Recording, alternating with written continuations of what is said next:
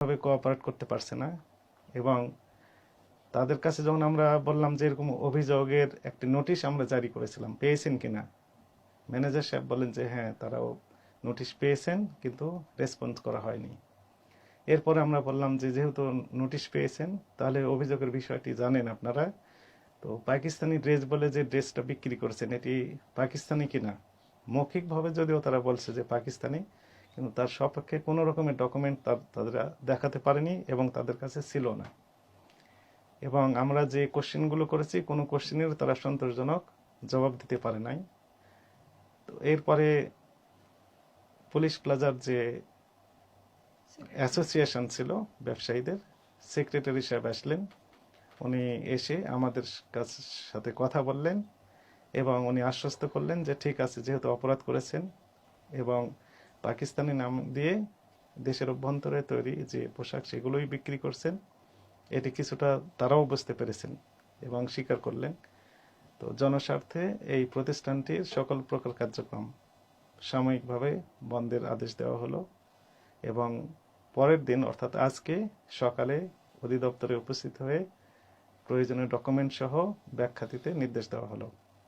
এরই প্রেক্ষিতে স্যার এই অভিযুক্ত প্রতিষ্ঠানের প্রতিনিধি নিজেই আসছেন এবং তারা যে ডকুমেন্ট নিয়ে আসছেন একটি তৃতীয় পক্ষ থেকে আউটসোর্সিং এর মাধ্যমে মূলত এই ড্রেসগুলো তারা ক্রয় করে থাকেন।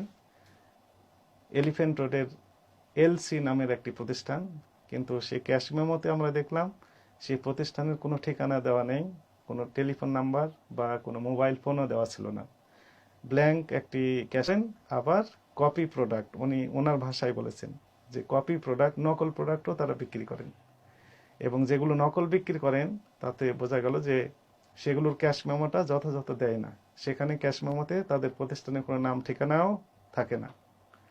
তো তাতে করে প্রমাণিত হলো যে আসলে এটি নকল প্রোডাক্ট তারা বিক্রি করছে। এরপরে অভিযুক্ত প্রতিষ্ঠান এর স্বত্বাধিকারী যেহেতু নিজেই আসছেন, উনি মৌখিকভাবে দুঃখ প্রকাশ করলেন এবং ভবিষ্যতে এইরকম অপরাধমূলক কার্যক্রম থেকে বিরত থাকবেন মর্মে অঙ্গীকার দিলেন, একই সাথে লিখিত স্টেটমেন্ট দিলেন।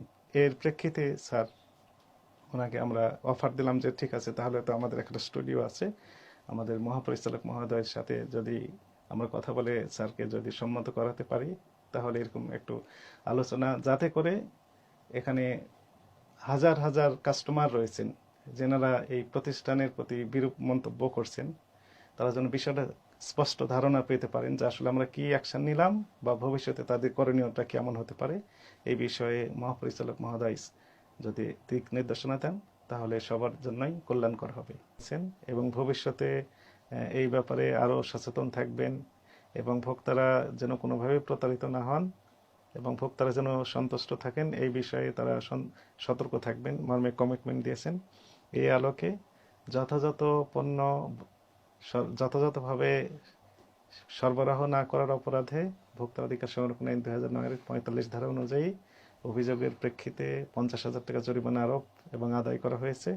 একই সাথে মিথ্যা বিজ্ঞাপন দ্বারা ক্রেতা সাধারণকে প্রতারণা করার অভিযোগে 44 ধারা অনুযায়ী 2 লক্ষ টাকা জরিমানা আরোপ এবং আদায় করা হয়েছে। স্যার, এখন এই অভিযোগের প্রতিকারগুলো কিভাবে পাওয়া যায় সেটা আমরা জানতে পারলাম এবং যিনি অভিযুক্ত তার মধ্যে যে রিয়ালাইজেশন আসলো এবং সেটা আমরা জানতে পারলাম। এবং এটার সাথে আরেকটি আসপেক্ট আছে, যেহেতু উনি অনলাইন অফলাইন দুইটা বিজনেস করে, সেখানে অনলাইনে এমন কিছু বলা যাবে না যেটি সমাজে বিরূপ প্রতিক্রিয়া হয় বা এরকম নেগেটিভ যে বিষয়গুলো আসে।